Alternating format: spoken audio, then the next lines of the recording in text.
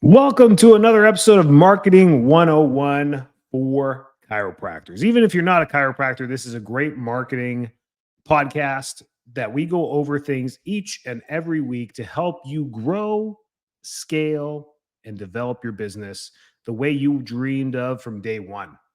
This week, thank you. That's the name of the podcast. Thank yous and the power of referral marketing.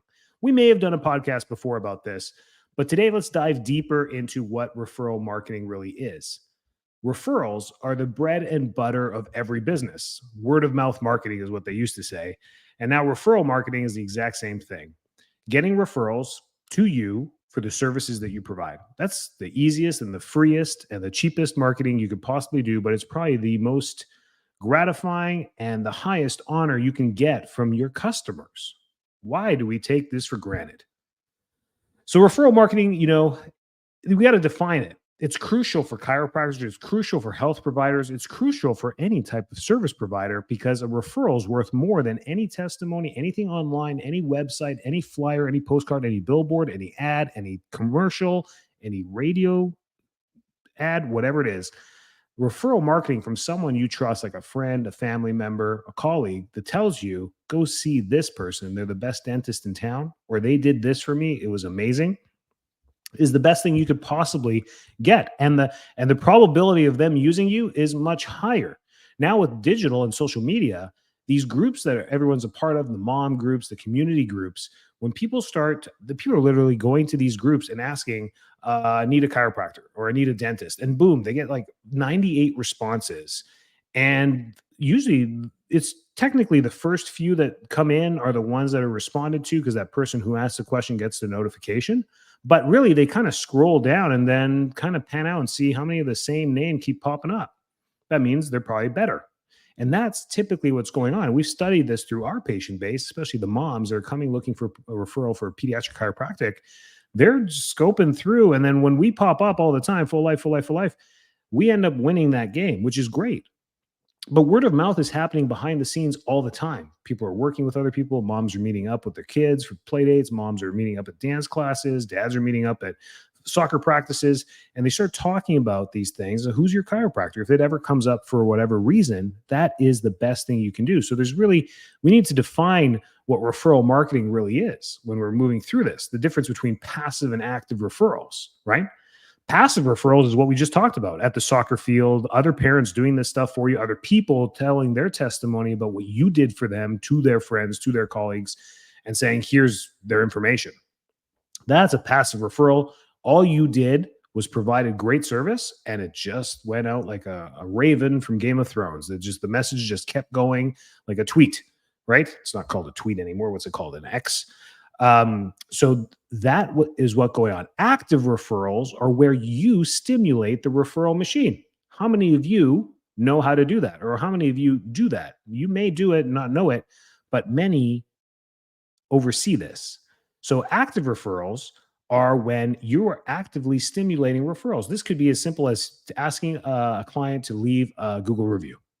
There you go. That's a way of referral, actively getting them to do something, giving them a card to pass to someone else that they can get their information from, giving them a QR code, literally asking, hey, do you know anyone that could use our services? Or do you know anyone with migraine headaches like this? Send them our way. The techniques we do, it's bread and butter for us helping migraines. That's an active referral. So passive and active. I think what we do is we get complacent and we just assume that the passive referrals are happening, but sparking active referrals can stimulate the passive referrals. And then it turns into this positive feedback loop of more active in the practice, asking for referrals, the more passive referrals start to happen. You create more stimulation in the community. You can do this simple ways. We call this, and be careful how we say this, community.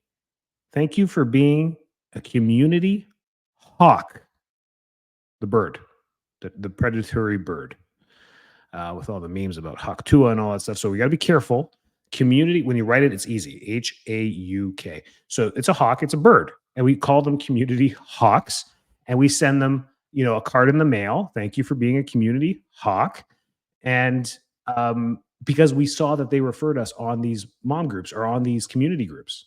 You stimulate it. You see the person, you see, oh, who referred me? Are they an active patient? Great. I've got their address. Write down a note, write a card, put a stamp on it, send it to them in the mail. Just a thank you card, right? Stimulating the passive stuff and be like, you're one of our community hawks. Thank you for doing that. We appreciate it. I came up with that, by the way. I just got to figure out a different bird, um, because I do too many podcasts. But anyways, there you go. So the value, what's the value of your referrals? Oh boy, pretty simple sentence right there. When we talk about the value of a referral, it's your case value average. I mean, these people who are referred to you are going to come in, pay, and refer. I mean, they are the best. They're better than a Google client. They're better than a Facebook client. They're better than any type of patient that comes in or finds you is a referred patient. They're like, yes, hey, you helped James. I think I have the same thing. Do your thing. Let me know if I do. And you do your thing. And you're like, it's a little different, but this is what you need to do. And they're like, okay, yeah, it's a done deal, right? So, because the referred person is going to be similar to James, they're going to be similar economic value. They're probably a neighbor. They probably live in the same neighborhood. They probably, work in the same industry, whatever it is. They're in that demographic of your ideal client. It always works. So your referred patients are always from your ideal clients, right?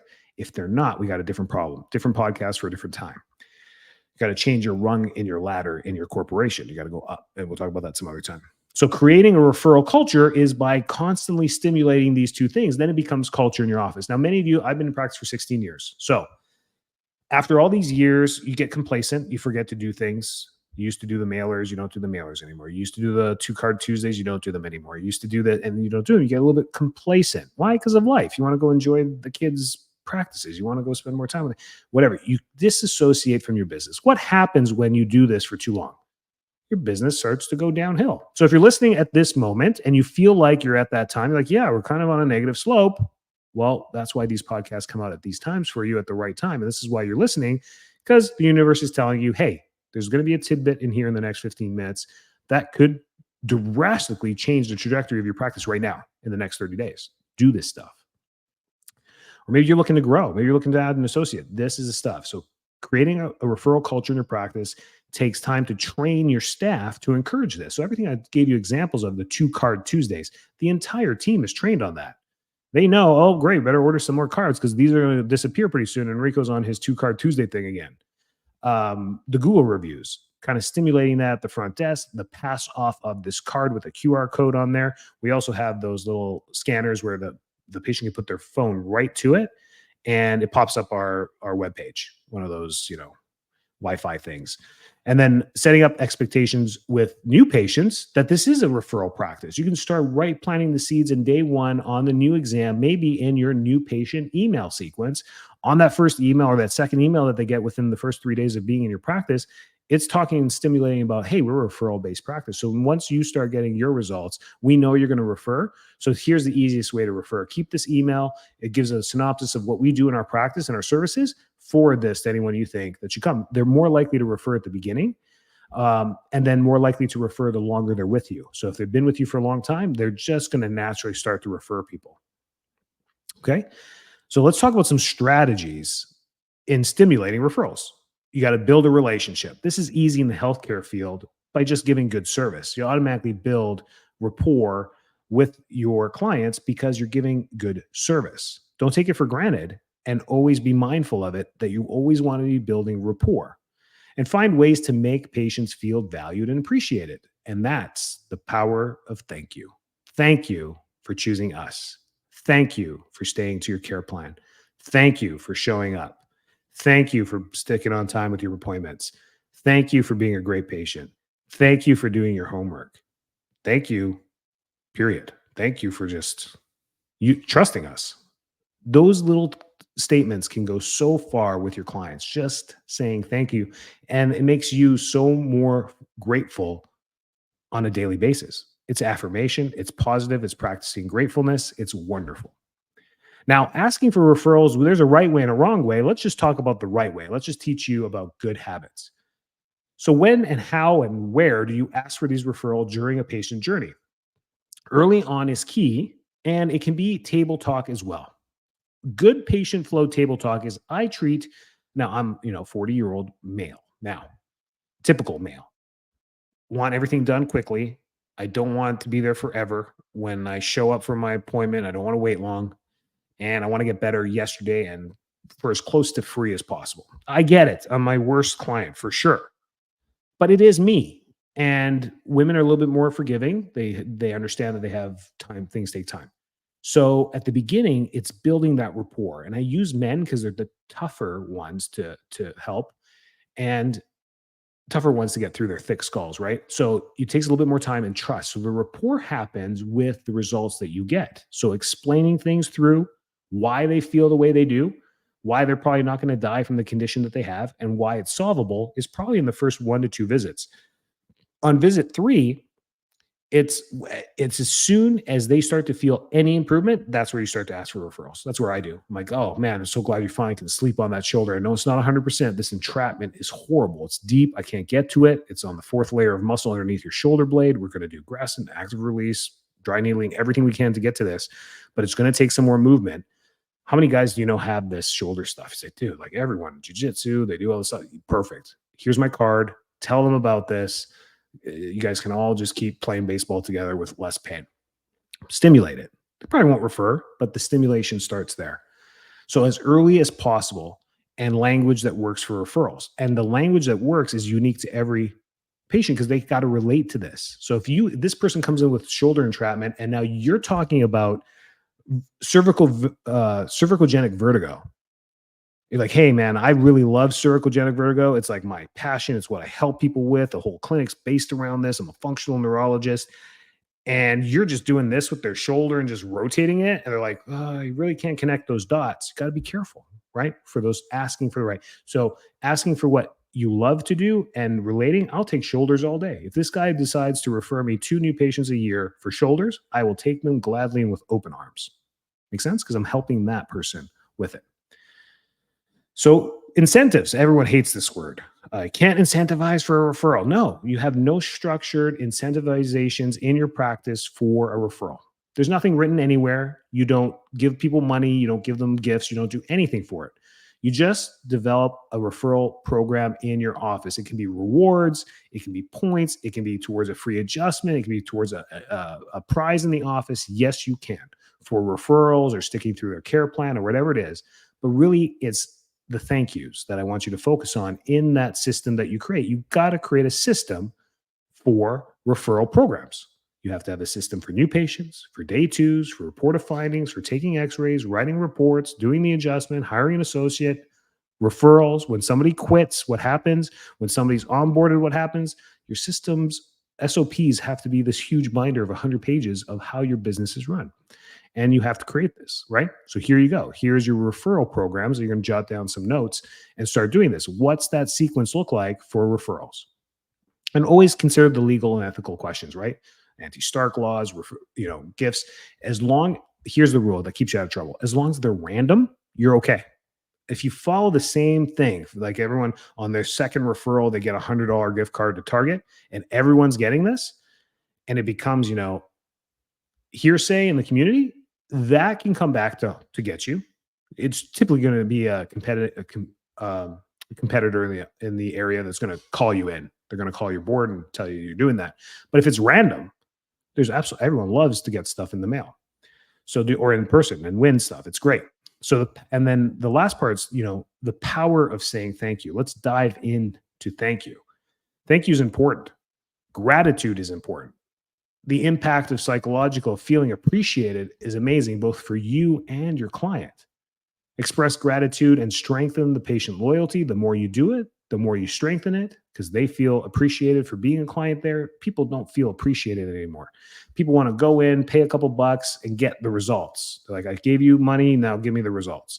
And when they give money and there is no results, they start to feel cheated. They start to feel like they're wasting their money. Unless you have clear boundaries at the beginning, describing that healing takes time, right? And the things that you do well already. So handwritten notes, we love that. Digital thank you messages work well. If you're going to do it digitally, text them. It's the highest open rate and it's personal. It's right to their phone and it's a thank you. And it's just tagged by you, the doctor, or your front desk person. And they say, thank you for being a member at FLC. We appreciate you. Personalized thank you and gestures. I love the mail, a card in the mail. Come on, people don't get good stuff in the mail. They get bills, spam, and flyers. So when they get a card, it also puts your brand in front of them with your logo right there on the envelope. Maybe you use a stamp, whatever it is. They see it. They're like, oh, I'm going to open it. They do open it. Feels cardboardy. They open it up and it's a thank you note. May end up in the garbage, but they appreciate it. Birthdays, anniversaries, those are great with all the new software out there with your EHRs. You can just text them. It's absolutely fantastic. Incorporating gratitude in your practice culture. So this has to be passed on to your staff and your team to express gratitude constantly. It becomes culture in your office. Schedule thank you campaigns, schedule happy birthday campaigns, using social media and newsletters to publicly thank your patients. For sure. You can share that on your timeline as long as you get a video release or a picture release form signed from them. You can share their picture right onto your social media saying, thank you for finishing your care plan. Here's the amazing results. You can share their story as long as they signed off on it. And then measure this. You got to keep track of it. Statistics matter. And we do. That's how we know when somebody's giving us 5 referrals. Well, heck, we're going to start to send them something nice in the mail as we learn what they love over time. Because we've just helped this person over 3 months. Maybe we learned through discussions that they have kids, that they're married, that they enjoy football season. Maybe they are avid hikers. Maybe they love a certain restaurant that's close by. So we go grab a gift card to that restaurant. We give it to them. Hey, here's a night out on us. Thank you for being such great patients. Thank you for the referrals. Thank you for everything that you do. Don't think we don't appreciate you. We certainly do. And they love it. Sometimes when I'm out and I recognize a client, a good patient in the office, I see them. I'll see what they're drinking. I'll go to the bar and I'll just go get another one and I'll hand deliver it to their table. I've done this before and it's typically these 2 or 3 that I always run into all the time. So, and now it ends up happening that they do it for me. They caught my wife and I on a date night once. This was like 6 months ago. And he just walks on over with a beer and he put it on the table because I was finishing a beer. I'm like, oh man, way to go. Thanks, buddy. And then I do it to him too when I catch him out there, but then randomly to other people as well. And they're like, whoa, Dr. D, like they think it's the waiter coming. I love that. That's my character. So when it comes up and they're surprised, I like to be that person in their life. That's the surprise to other people, or the joy that I see in other people's faces that fills my heart. I love doing that. So when I see that, it's great. Those opportunities are rare, but you become that person in the community, right? That's, the surprise, always doing great things, always surprising people in a good way. And all it is, a $6 beer here, a $5 gift card there, $10, whatever it is. Makes sense? So you feedback and use feedback. Gathering testimonials and feedback can improve the referral experience as well from those things. Get feedback from them. Like we tell, if they win the prize, I did this on the Digital Coach. Tune in to Adjusting Success at 9:30 live every Monday night. And then for, I think it was 2 months straight, I'm like, every week we're giving away $100 cash. And we did. Somebody who was on there, I picked them. I put $100 into the envelope. I mailed it to their office. And in the card, it said, hey, post this to social media and tell everyone that you got this at Adjusting Success. They're going to be like, what's Adjusting Success, right? That's the whole point of it. And they did. They're posting it. They're doing little like videos of it, or they would just take a picture. They hold up like a Benjamin. And we did that. And it was great. I just ran out of money, so I had to stop. But anyway, just kidding.